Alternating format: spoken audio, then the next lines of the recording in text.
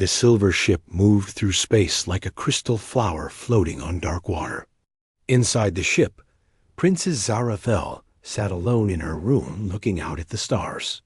Her skin looked like it was made of white glass, and her eyes glowed with soft blue light. She was beautiful in the way that ice sculptures are beautiful, but her beauty felt cold and distant. Zarathel touched the wall of her ship and watched small sparks of energy dance from her fingers. The sparks were wild and messy, not clean, and controlled like other Valkyrie energy. This was her curse, and the reason why she was traveling alone to the Galactic Diplomatic Station. Her people called her broken, and many believed she should never have been born. The Valkyrie were known across the galaxy for their perfect control over energy. They could shape light into tools and make electricity bend to their will. Their cities were made of living crystal that glowed with their power. But Zarathel was different. Her energy was chaotic and unpredictable. When she tried to use her abilities, machines would break, and other Valkyrie would feel sick if they stayed near her too long. The ship docked at the massive diplomatic station that floated between three suns. The station was built like a giant wheel with thousands of rooms for delegates from every corner of the galaxy. Zarathel put on her formal robes and walked through the corridors. Everywhere she went, other beings moved away from her. Some whispered and pointed. Others just stared with disgust or fear. In the main hall, hundreds of different alien species gathered for the peace talks. There were the tall blue Zentari with their multiple arms, the rock-like Storians who moved slowly but spoke with wisdom, the quick silver flickers who seemed to teleport rather than walk. And in one small corner sat the newest members of galactic society, the humans. Zarathel had heard about humans, but never seen one before. They looked soft and weak compared to most species. No natural armor, no energy powers, no telepathic abilities. Just pink or brown skin and hair that grew on their heads. The other delegates often joked about how humans had somehow managed to reach the stars despite being so ordinary. The human delegation was small, just 12 people compared to the hundreds sent by major empires. They sat at a table that was too big for them, looking like children at an adult gathering. But unlike the other species, who ignored or mocked the humans, one of them was watching her. He was a young man with brown hair and kind eyes. While everyone else in the room avoided looking at Zarathel, this human kept glancing in her direction. Not with fear or disgust, but with what looked like curiosity. When their eyes met, he smiled and nodded as if greeting a friend. Zarathel felt confused by this reaction. No one had looked at her with kindness in many years. She wondered if humans were simply too primitive to sense her chaotic energy. Perhaps their lack of psychic abilities was actually protecting them from feeling the discomfort that drove other species away. During the first day of talks, Zarathel sat with the Valkyrie delegation, but she might as well have been sitting alone. Her own people treated her like a necessary burden. They brought her because protocol demanded that the royal family be represented, but they made it clear that her presence was unwelcome. When she tried to speak in meetings, they would talk over her or change the subject. The human who had smiled at her was introduced as Jake Morrison. He worked with agriculture and food production for Earth colonies. During breaks between meetings, he would walk around the hall, talking to different delegates. He seemed genuinely interested in learning about other cultures and species. When he approached the Valkyrie table, Zarathel tensed, expecting him to be turned away like everyone else. Jake looked directly at her and said hello in broken Valkyrie language. His pronunciation was terrible, and his grammar was wrong, but the effort surprised her. No outsider had ever tried to speak her language before. Most species used the common galactic tongue for everything. Before Zarathel could respond one of the Zentari, delegates called out loudly enough for half the hall to hear. He said something cruel about the broken princess and her diseased energy. Other delegates laughed and nodded in agreement.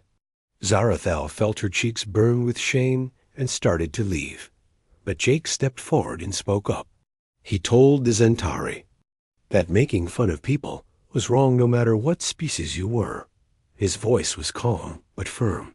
He said that on Earth they had a saying about treating others the way you wanted to be treated. The Zentari laughed at this simple human philosophy, but Jake did not back down. The hall grew quiet as other delegates watched this strange scene. A primitive human was defending the outcast princess that even her own people rejected. It made no political sense and offered Jake no advantage. Yet he stood there looking the Zentari in the eye until they finally turned away and went back to their conversations. Zarathil stared at Jake in amazement. No one had ever defended her before. Her own family barely tolerated her existence, and other species saw her as a curiosity at best. But this human had risked embarrassing his entire delegation just to stand up for someone he barely knew. Jake turned to her and asked if she was okay. His concern seemed genuine, not political. For the first time in years, Zarathil felt like someone saw her as a person rather than a problem. She thanked him in the common tone, since her emotions were making her energy even more chaotic than usual. As they talked, Zarathil learned that Jake came from a farming family in a place called Ohio. He had never seen crystal cities or energy gardens, but he listened with real interest when she described her homeworld. He asked questions that showed he was trying to understand her culture, not judge it. When the day ended, Jake asked if she would like to have dinner together the next evening. He said the human delegation was planning to share some Earth foods with anyone who was interested. The invitation was simple and friendly, but to Zarathil, it felt like the most precious gift she had ever received. That night alone in her quarters, Zarathil looked out at the stars and wondered if maybe being different was not always a curse. Maybe sometimes it just meant you needed to find the right person to understand you. The next evening, Zarathil arrived at the human dining area, feeling nervous. She had never eaten with aliens before, and was not sure what to expect. The space was smaller than the grand halls, where other delegations hosted their meals, but it felt warm and welcoming. Soft music played in the background, and the lighting was gentle on her sensitive eyes. Jake greeted her with that same kind smile and introduced her to the other humans.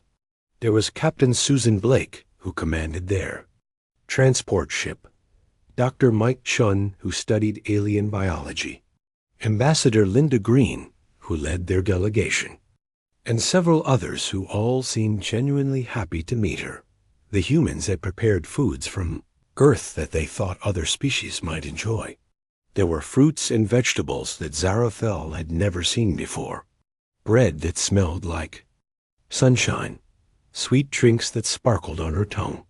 Everything was so different from the energy-infused crystals that her people consumed. What surprised Zarathil most was how the humans acted during the meal. They laughed and told stories and asked her questions about her life. Not political questions or formal inquiries, but personal things. They wanted to know what she liked to do for fun and what her favorite places were on her home world. It was the first normal conversation she had experienced in years. Jake sat beside her and explained each dish as she tried it. He told her about his family farm and how they grew corn and wheat under Earth's yellow sun. He described seasons changing and rain falling on green fields. His stories painted pictures in her mind of a world so different from the crystal spires of her home. After dinner, Jake asked if she would like to see the observation deck. The diplomatic station had a transparent dome where visitors could look out at the three suns and watch ships coming and going. As they walked through the corridors, other delegates stared, but Jake ignored them completely. The observation deck was beautiful and peaceful. The three suns cast rainbow colors through the transparent walls and made everything glow like a dream. Jake and Zarafel sat on a bench and watched a cargo ship drift past carrying supplies to distant colonies. Zarafel found herself talking about things she had never shared with anyone. She told Jake about growing up in the Crystal Palace where every room hummed with controlled energy. She described how lonely it felt to be surrounded by perfection when you could never achieve it yourself. She explained how her chaotic abilities made her family ashamed and her people afraid. Jake listened without judgment and asked thoughtful questions. He seemed to understand that her condition was not just a physical problem, but an emotional burden. When she talked about feeling like a failure, he shook his head and said that on Earth they believed everyone had value regardless of their abilities.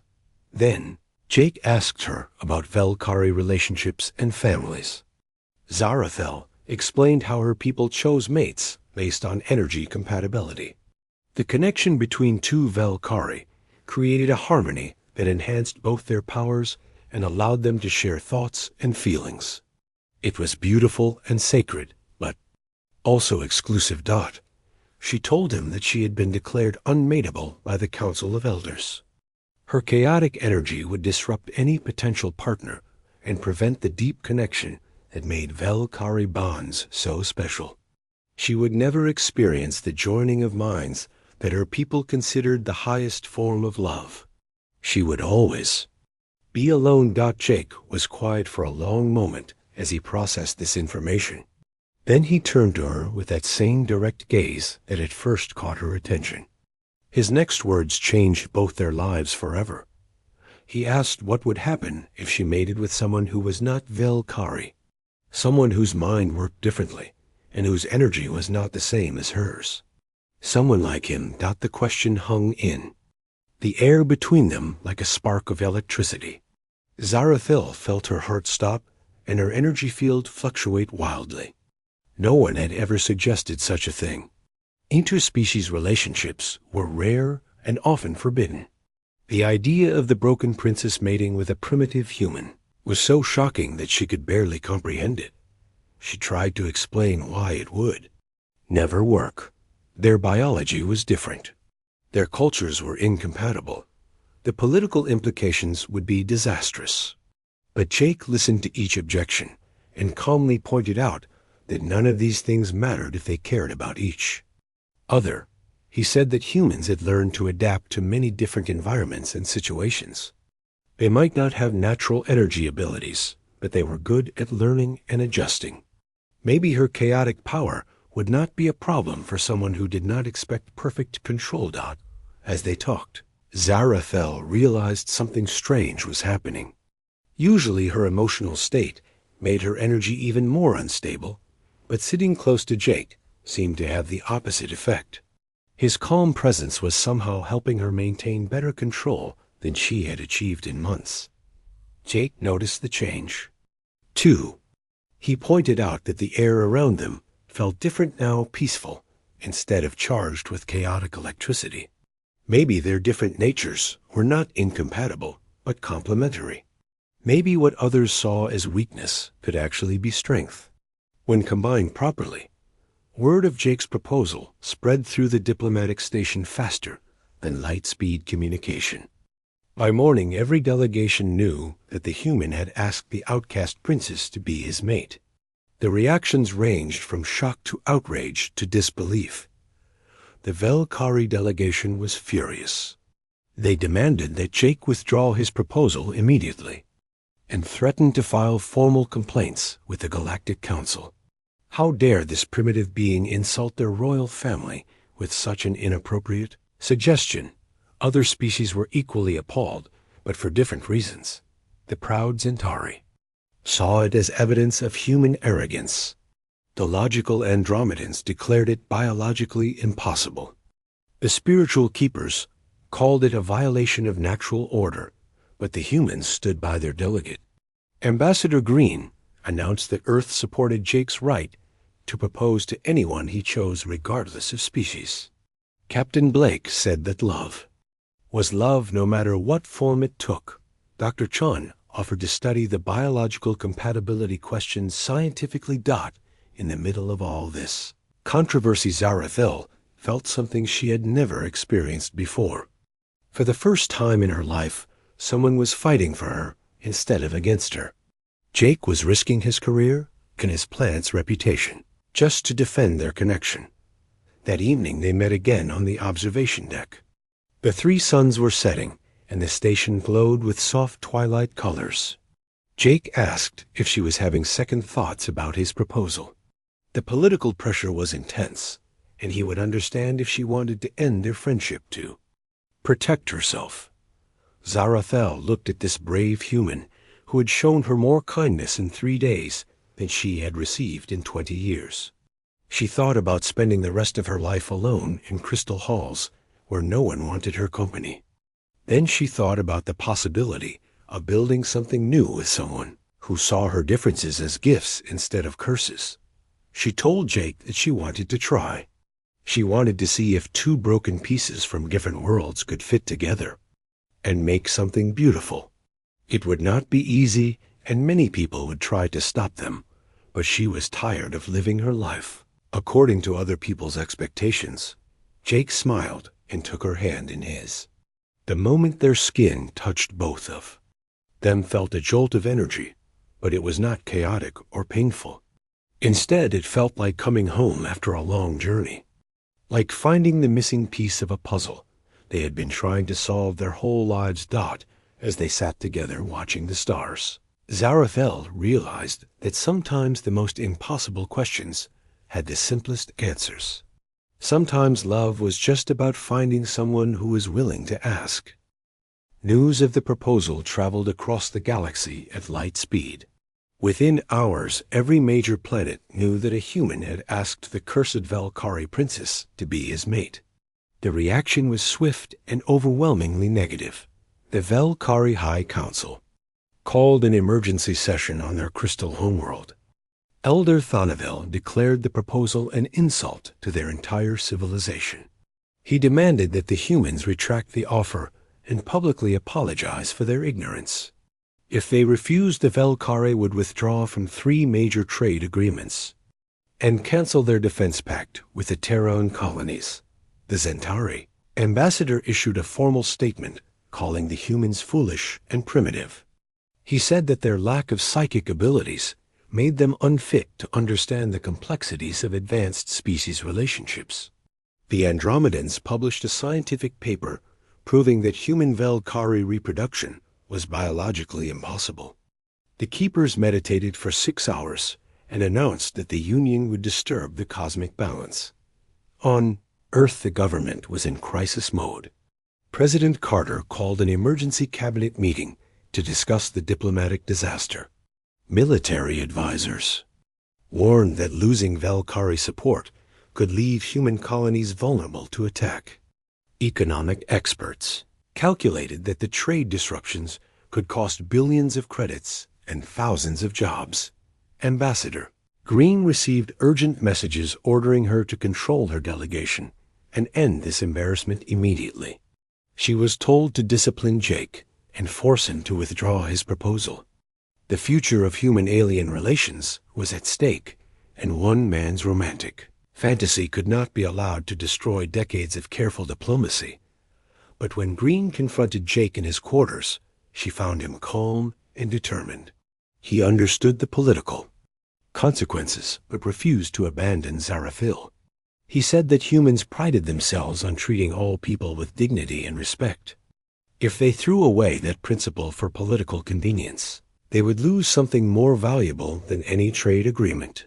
Meanwhile, Dr. Lisa Park arrived at the diplomatic station aboard the research vessel UES Harmony. She was Earth's leading expert on alien biology and had requested permission to study Zarathel's condition. Park believed that science rather than politics should determine whether the proposed mating was possible. Captain Ryan Walsh of the Harmony supported Park's research despite orders from Earth to stay out of the controversy.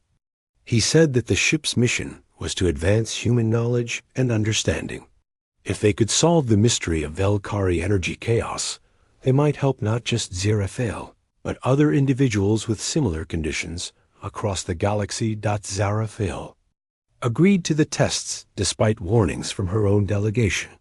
The Velkari scientists insisted that her condition was incurable and that human medicine was too primitive to offer any insights.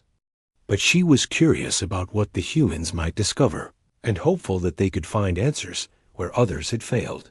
The first series of tests took place in the Harmony's medical bay. Dr. Park used scanners and sensors that detect the finest details of biological energy. What she found challenged everything the galactic medical community believed about Velkari physiology. Zarathil's energy pattern was not actually chaotic or broken. Instead, it was incredibly complex, a symphony with too many instruments playing different melodies at the same time. Her nervous system was generating frequencies that other Velkari could not process because their minds were tuned to simpler, more predictable patterns. Park compared it to radio signals. Most Velkari operated on a single clear frequency that allowed perfect communication with others on the same wavelength. But Zarathil was broadcasting on multiple frequencies, simultaneously creating what seemed like static to anyone trying to tune in normally. The breakthrough came when Jake volunteered to participate in the tests. Park wanted to measure his biological responses to Zarathil's energy field. She expected to find evidence of disruption or discomfort similar to what other species experienced. Instead, she discovered something remarkable. Human neural patterns were naturally more flexible and adaptable than those of most other species. Where Velkari minds sought perfect harmony, in order human brains were designed to process multiple inputs and find patterns in apparent chaos. Jake's nervous system was not fighting Zarathil's complex energy. It was learning to dance with it. When Park had them hold hands during the scans, the results were extraordinary. Jake's stable biological rhythms seemed to provide an anchor for Zarathil's wild frequencies. At the same time, her energy was stimulating new neural pathways in his brain, enhancing his cognitive abilities in subtle but measurable ways. Captain Walsh reviewed the data with growing excitement. He realized that this was bigger than just one couple's compatibility. Humans might be uniquely suited to partner with individuals from species who had been considered unmateable or defective. Earth's most ordinary characteristic, its adaptability, could be its greatest gift to the galaxy. But the political pressure continued to mount. The Velkari Council sent a warship to the diplomatic station with orders to retrieve their princess and end this embarrassment. The ship's captain, Commander Velther, was Zarathil's own cousin, and he made it clear that he would use force if necessary. Jake received death threats from Zentari extremists who saw humans as contaminating pure bloodlines. His family farm on Earth was vandalized by protesters who blamed him for the diplomatic crisis. His own government threatened to court-martial him for disobeying orders and endangering human interests. Through it all, Jake and Zarathil continued to meet secretly on the observation deck. Their connection grew stronger each day as they learned to understand each other's very different ways of thinking. She taught him about energy manipulation and crystal growing. He showed her human concepts like jazz music and abstract art that celebrated improvisation and beautiful chaos. Dr. Park's research continued despite official disapproval. She discovered that human Velkari compatibility was not just possible, but potentially revolutionary. Their children would inherit the best traits of both species: enhanced intuition from the Velkari side and adaptive flexibility from the human side. More importantly, Park found evidence that other supposedly impossible combinations might work. As well, humans could potentially mate with dozens of species that had been written off as incompatible with anyone. Earth could become a refuge for the outcasts and misfits of the galaxy. The research reached a critical point when Park detected signs that Jake and Zarathil's bond was already beginning to form. Their energy signatures were starting to synchronize in ways that Velkari science had declared impossible. If they were separated now, the disruption could cause permanent psychological damage to both of them. Ambassador, green-faced and impossible. Choice. She could follow orders from Earth and force Jake to withdraw his proposal, risking serious harm to both him and Zarathil. Or she could support their union and accept the consequences for human diplomatic relations. The decision was taken out of her hands when news arrived that changed everything. A terrorist group called the Void Cult had attacked a research station in the Outer Rim. They were moving toward the diplomatic station with weapons that could destroy the entire facility. Every species would need to work together to survive. And political disagreements suddenly seemed much less important. As alarms rang throughout the station and defensive systems. Powered up Jake and Zarathil realized that their personal struggle had become part of something much larger. The galaxy was about to learn whether the partnership they had discovered could work under the ultimate test of life and death, standing together on the observation deck watching the approaching enemy ships. They knew that their love story was about to become a battle for survival. Everything they had learned about trust and cooperation and finding strength in differences would be put to the ultimate test. The Void Cult ships appeared on the station's sensors like dark stains against the starfield. There were 12 vessels built from stolen technology and powered by hatred for the galactic peace that the diplomatic station represented. Their leader Zargoth believed that different species should never interact, and that the galaxy would be pure only when each race stayed within its own borders. Station Commander Torres activated all defensive systems and sent out distress calls to nearby fleets. But the closest military ships were 3 days away, and the station's weapons were designed to stop pirates, not a coordinated terrorist attack. The diplomatic station was built for peace talks, not warfare.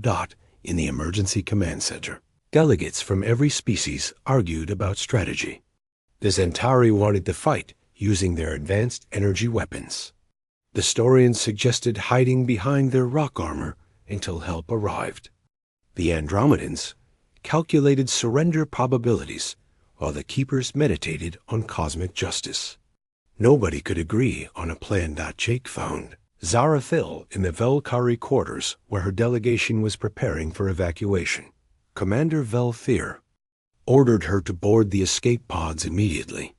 He said that protecting the princess was more important than defending the station.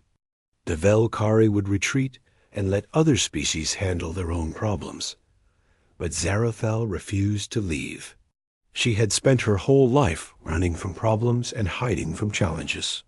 This time, she wanted to stand and fight for something that mattered.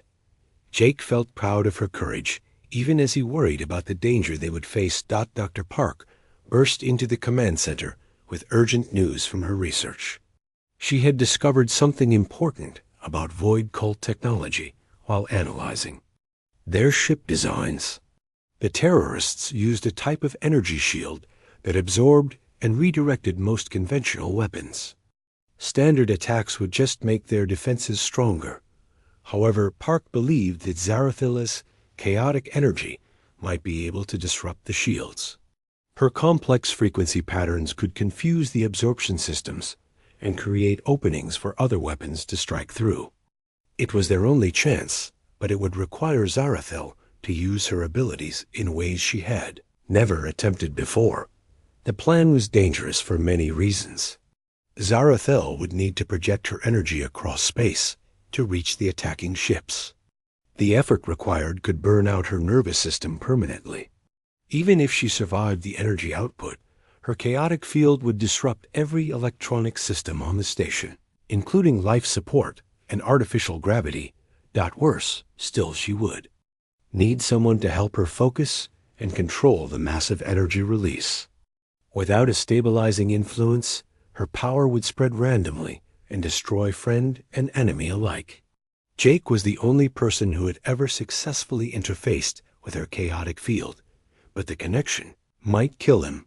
Commander Torres studied the tactical situation grimly. The Void cult ships would reach the station in 6 hours. Their weapons could crack the station's hull like an eggshell and kill everyone inside. The plan to use Zarathil's abilities was desperate and risky, but it was their only hope. Jake volunteered without hesitation, despite warnings about the danger. Dr. Park explained that the energy transfer could stop his heart or fry his brain. Ambassador Green reminded him that he had already caused enough trouble for humanity. But Jake ignored all protests and focused on Zarathil. She was terrified of hurting him, but also terrified of failing everyone on the station. Her whole life people had told her that her abilities were useless and dangerous. Now thousands of lives depended on her doing something that every expert said was impossible. Captain Walsh offered the Harmony's medical bay for the attempt. The ship's advanced systems could monitor both Jake and Zarathil during the energy connection and provide emergency treatment if something went wrong. It was not much protection against the forces they would be dealing with, but it was better than nothing. The other delegations watched in amazement as humans prepared to risk everything for people who had spent days insulting and rejecting them. Ambassador Green explained that this was typical human behavior. They were stubborn and sentimental and prone to fighting for lost causes. It was their greatest weakness and their greatest strength. In the medical bay, Jake and Zarathil lay on connected scanner beds surrounded by monitoring equipment.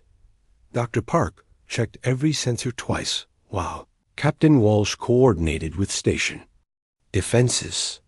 They would have one chance to get this right, and failure meant death for everyone. As the first energy connection formed, Jake felt electricity racing through his nervous system. It was like being struck by lightning while diving into an ocean during a storm.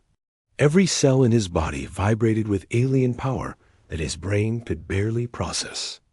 But somehow his human adaptability let him ride the chaos instead of being destroyed by it. Zarathil felt Jake's steady presence anchoring her wild energy like a lighthouse in a hurricane. For the first time in her life, her chaotic abilities felt purposeful and controlled.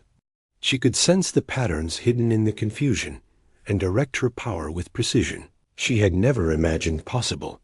Together, they reached out across space toward the approaching Void cult ships.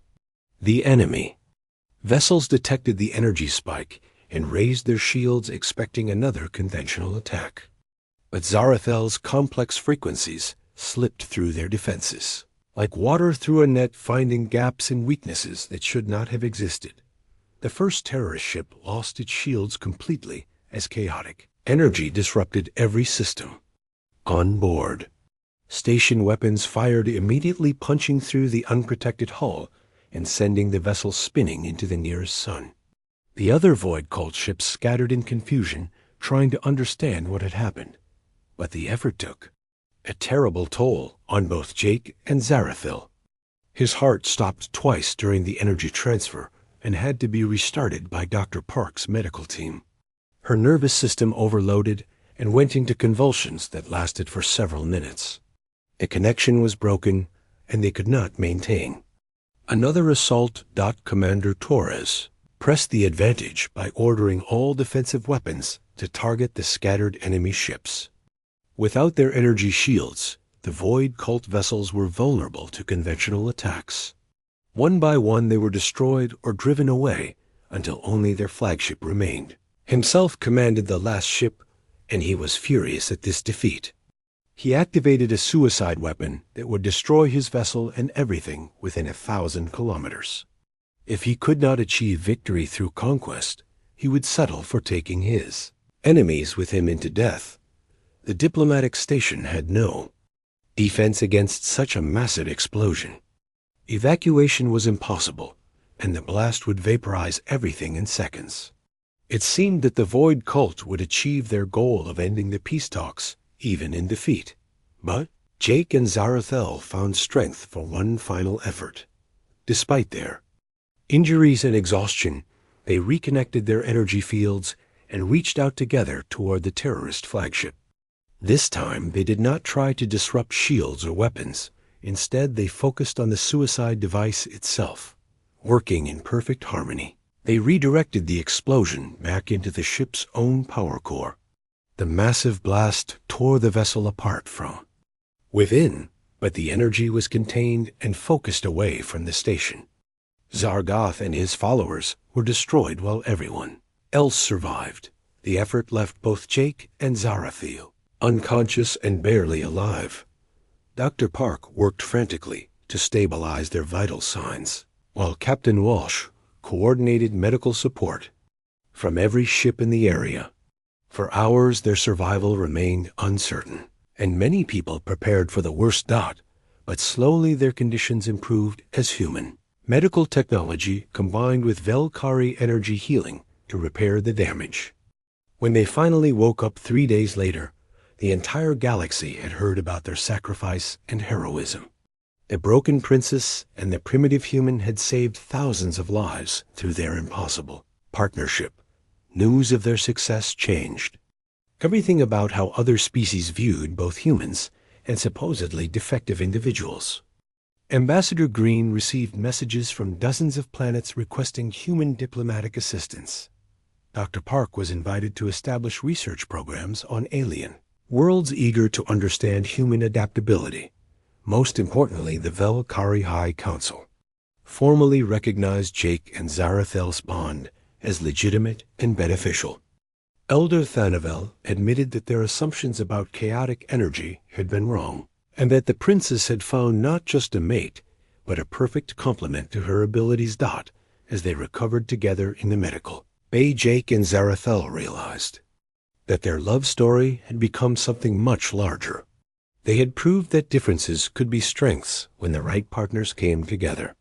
They had shown that cooperation was more powerful than conflict, and that sometimes the most unlikely combinations created the most beautiful results.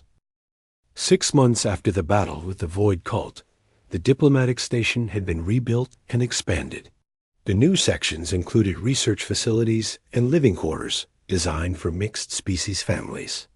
At the center of it all stood a beautiful crystal garden where Jake and Zarathel would be married in the first official human Velkari ceremony. Delegates from across the galaxy had come to witness the wedding. Many of the same beings who had once mocked or rejected the couple now watched with respect and curiosity. The terrorist attack had shown everyone that cooperation and understanding were more powerful than prejudice and tradition. HFY War, a gown made from living crystal that glowed with soft blue light. The fabric responded to her emotions, shifting from pale white during calm moments to brilliant sapphire when she felt joy. Jake wore a simple black suit from Earth, but Velkari artisans had woven silver threads through the fabric that sparkled. Like starlight, Elder Thanavel performed the Velkari portion of the ceremony, speaking ancient words about energy joining and souls connecting.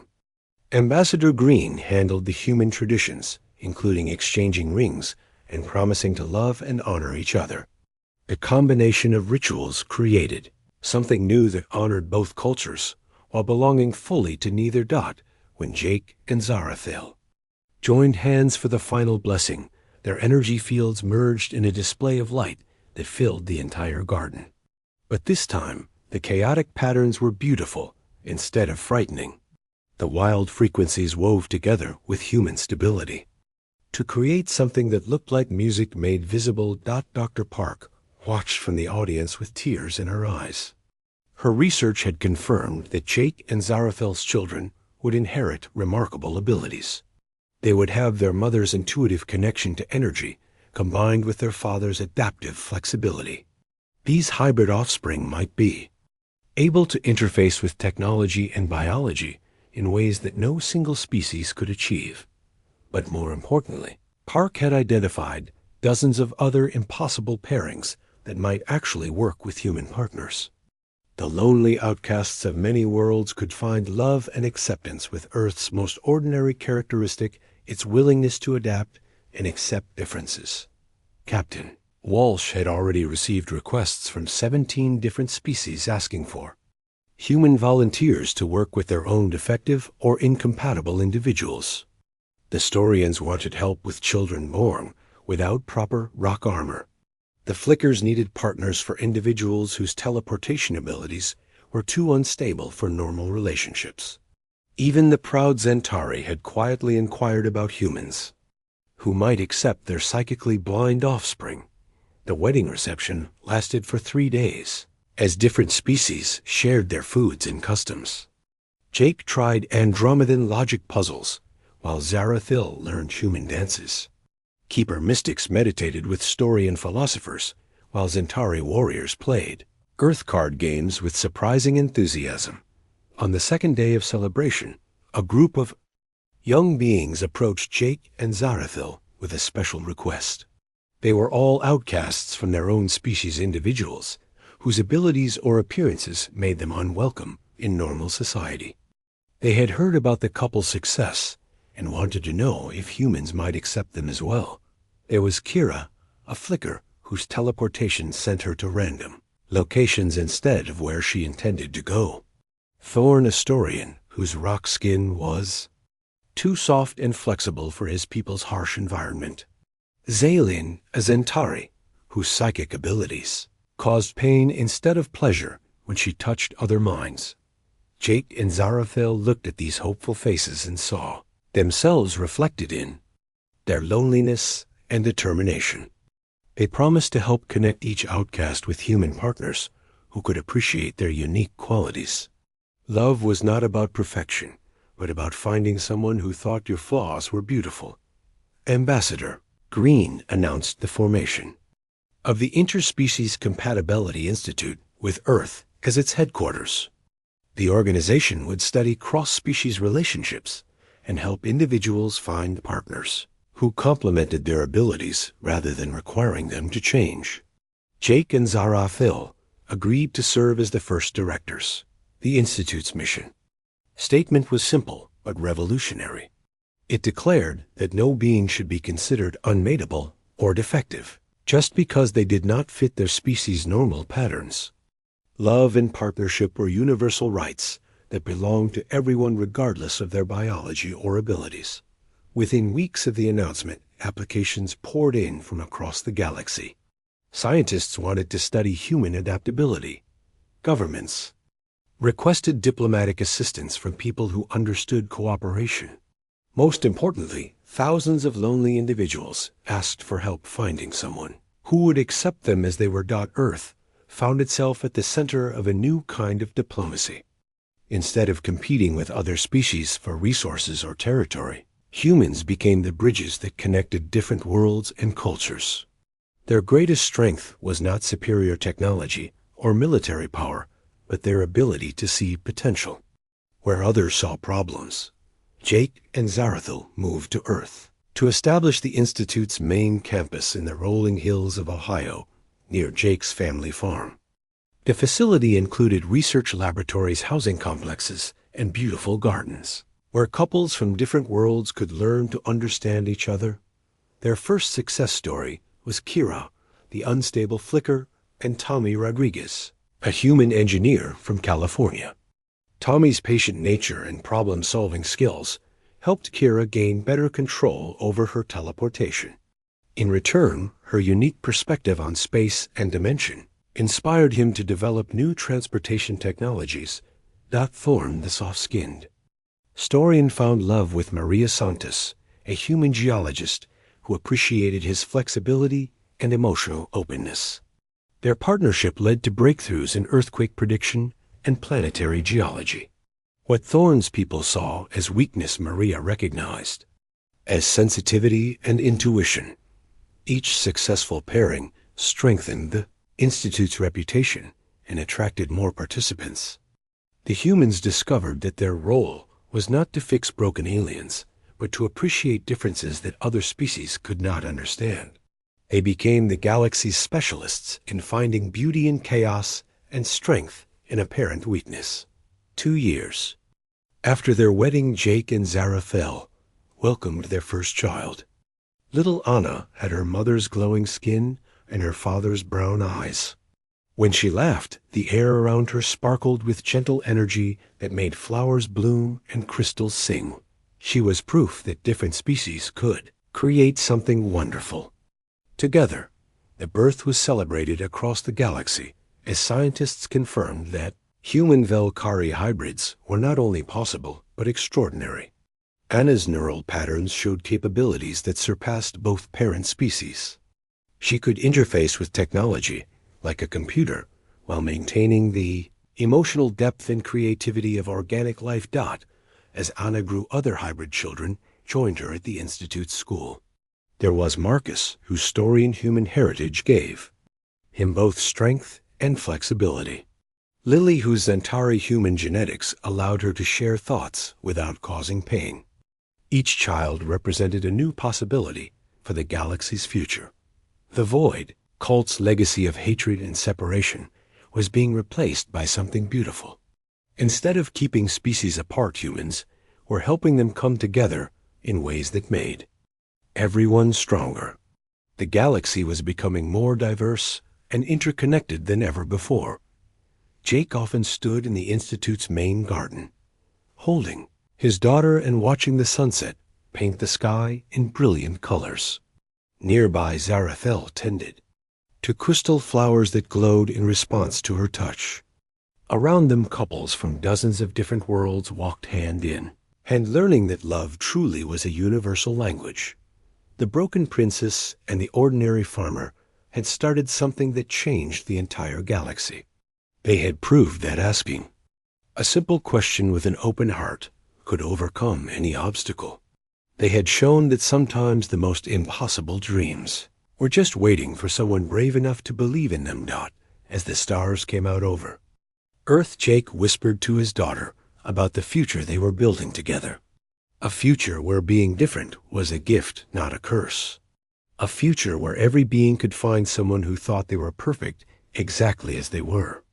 A future where love conquered all the barriers that fear and prejudice had built. The alien princess who had been shunned by all had found her home among the humans who asked the right question.